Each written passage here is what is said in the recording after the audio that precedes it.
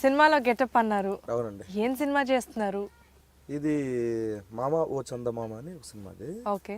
దీంట్లో ఏంటంటే సీను అనే క్యారెక్టర్ పనోడు. మీ పేరే? నా పేరే. ఓకే. పనోడు ఒక మంచి క్యారెక్టరేషన్ ఉన్న సినిమా అనమాట ఇది. అంటే క్యారెక్టర్ మంచి క్యారెక్టరేషన్ ఉన్న రోల్ ఇది. ఎప్పుడు మర్చిపోతాను తెలియదు, ఎప్పుడు అన్ని గుర్తుపెట్టుకుంటాను తెలియదు. వాడు ఇష్టం ఇంకా సడన్ గా మర్చిపోతాడు, సడన్ గా గుర్తుంటాయి, అన్ని గుర్తుంటాయి, మళ్ళీ సడన్ గా మర్చిపోతాడు అండి. అలాంటి క్యారెక్టరేషన్ అనమాట. ఒక ఇంట్లో పని చేస్తూ ఉంటాడు. సో ఈ పనోడితో ఈ టోటల్ ఫ్యామిలీలో ఎన్ని అవస్థలు అవి నవ్వు కామిక్ గానే ఉంటుంది అది ప్రతిదీ. బాగుంటుంది క్యారెక్టర్. చేస్తున్నా ప్రజెంట్. Okay, super. మీరు? నేను రీసెంట్గా నేను నాన్న బాయ్ ఫ్రెండ్స్ అనే సినిమా చేసాను. అది మంచి పేరు వచ్చింది. దాంట్లో ఒక డైలాగ్ బాగా అందరికి కంఠస్థం అనమాట. అమ్మాయిల్ని నమ్ముకున్నాం అనుకో ఆకేసి అన్నం పెడతారు, అది అమ్మాయిలు నమ్ముకున్నాం అనుకో నాకే సుదిరి పెడతారు. అదొకటి ఒక హీరోయిన్ ఫ్రెండ్ తేజస్విని వస్తుంది. చూసావు నువ్వు? నేను 2 times చూసారా? నువ్వు గుర్తున్నా సినిమాలో ఉన్నట్టు నాకు. ఎందుకు? నిజంగా ప్రామిస్. నేను ఆల్రెడీ ఇందాక అన్నం చూసావా, చిన్న మాట అన్నం చూసా, నువ్వు లేవు అనుకుని చెప్పేసా నీకు. ఇది ఇందాక అసలు మీ ఇద్దరు ఉంటే మీ ఇద్దరిలో మీ ఇద్దరే మీకు ఇలా పెట్టి వదిలేస్తే చక్కగా కెమెరా బాబా మద్దులతో సమానం కాదా? నిజంగా సినిమాలో నువ్వు లేవనుకున్నాడు. నిజంగా ప్రామిస్. అంటే అంత బాగా చేశారని చెప్తున్నారు. క్యారెక్టర్ కనిపిస్తున్నాయి కానీ ఆర్పి కనిపించలేదు నాకు.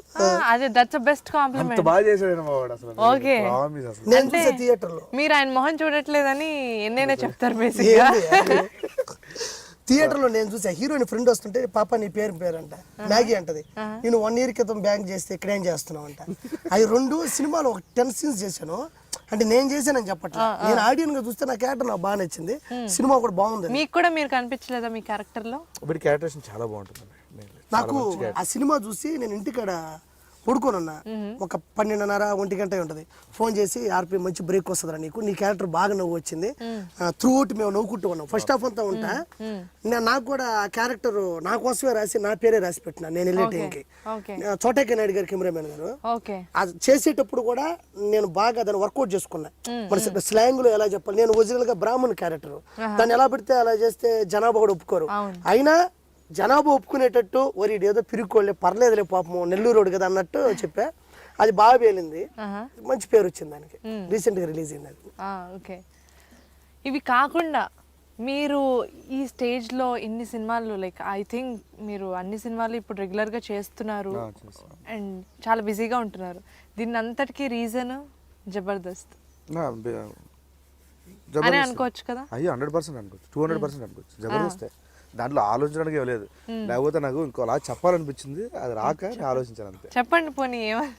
అంటే తల్లిదండ్రులు అండి. ఫస్ట్ తల్లిదండ్రులు మర్చిపోద్దు. నేను ఎంత ఎదిగినా మన తల్లిదండ్రులు లేకపోతే మనకంటూ ఫస్ట్ మన అదృష్టం ఎక్కడ ఉండాల్సి వస్తుంది అంటే కళ్ళు సరిగ్గా చూసే దృష్టి, సరిగ్గా మాట్లాడే నడవడిక, పనిచేయడానికి 2 చేతులు 2 కాళ్ళు చాలా స్వచ్ఛంగా స్పష్టంగా పుట్టించారు మనకు.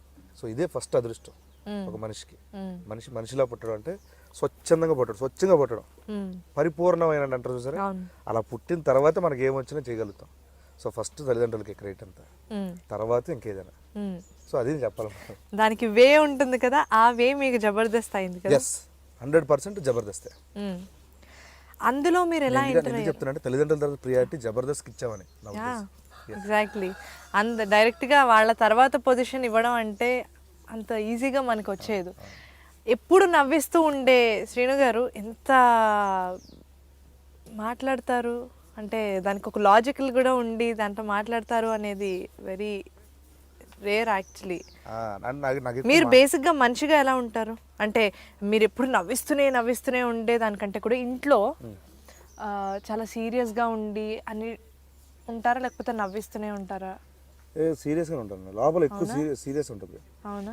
నేను అదేదో నా పిచ్చిలేండి, అంటే చెప్తూ ఉంటే పిచ్చోళ్ళగా మాట్లాడుతా అంటారు. బాగు చెప్పడం కూడా అదో రకమైన ఆలోచనలు, వింత ఆలోచనలు. ఏంటో మర్చిపోకటి చెప్పండి. ఏం లేదు, అందరిని బాగుండాలి, అందరూ బాగుండాలి, ఎందుకు పాపం రోడ్లు బాగోవేంటి, ఏంటిది ఒక రెస్పాన్సిబుల్ సిటిజన్ గా ఆలోచిస్తూ ఉంటారా మీరు? అని దాన్ని అనుకున్నా, నా ఫీలింగ్ అలా వస్తుంది. కానీ దీన్ని ఇది అంటారు, దానికి పేరు పెట్టుకోలే నేను. నా ఇంటి ముందు కాలువ బాగుపోయినా స్మెల్ వచ్చినా నాకు నచ్చదు. ఏం చేస్తున్నారు ఇక్కడ, సర్పంచ్ ఏం చేస్తున్నారు ఇక్కడ, ఎవరు చేస్తున్నారు ఇక్కడ, ఈ జిహెచ్ఎంసీలు ఏం చేస్తున్నారు, రోడ్డు బాగోలేదు, చాలా జరుగుతూ ఉంటాయి, మనకు తెలియకుండా చాలా మంది పడతారు ఆ గోతులో. యాక్సిడెంట్, ఇంట్లో వాళ్ళందరూ ఆ నమ్ముకొని ఉన్న వాళ్ళు జాబ్ చేస్తుంటారు, కాలు ఇరిగిపోతే 30 రోజులు ఇంట్లో కూర్చోవాలి. సో అడుగు శాలరీ రాదు, ఇంట్లో నమ్ముకొని ఫ్యామిలీ ఉంటుంది, వాళ్ళ తమ్ముడు ఎవడో కాలేజీకి వెళ్తూ ఉంటాడు. సో ఒక గొయ్యి వల్ల ఒక ఫ్యామిలీ అతలగొతలం అయిపోద్ది ఒక చిన్న దీని వల్ల. అది మనకు చాలా సిల్లీగా ఉంటుంది, గొయ్యేగా తొక్క అనుకుంటాం మనం. సో ఇలాంటివన్నీ వద్దులే బయట చెప్పడం ఎందుకని చాలా సైలెంట్గా ఉంటాను నేను. లోపల డ్రైవింగ్ చేస్తూ ఉంటే ఏదైనా గొయ్య స్టీరింగ్ ఇలా కొడతా, అంత ఫ్రస్ట్రేట్ అయిపోతా ఒకసారి. ఓకే వద్దులే మళ్ళీ నాకు నేనే సమర్థించుకుంటా, ఎందుకురా నీకు అవసరమా రా అని చెప్పా. సో అలా ఉంటుంది నా ఒక్కోసారి. కానీ నా ఉన్నంతలో అయితే నేను సంపాదించిన దాంట్లో నాకున్న పరిధిలో నాకున్న సామర్థ్యం కొద్దీ నా వాళ్ళని బాగా చూసుకోవాలి, నా చుట్టుపక్కల బాగుండాలి అని అనుకుంటాను. బట్ అందరూ బాగుంటే మనం బాగుంటాం. ఫస్ట్ అందరం బాగుండాలని కోరుకోవాలి, అలా అందరూ కోరుకుంటే అందరం బాగుంటాం.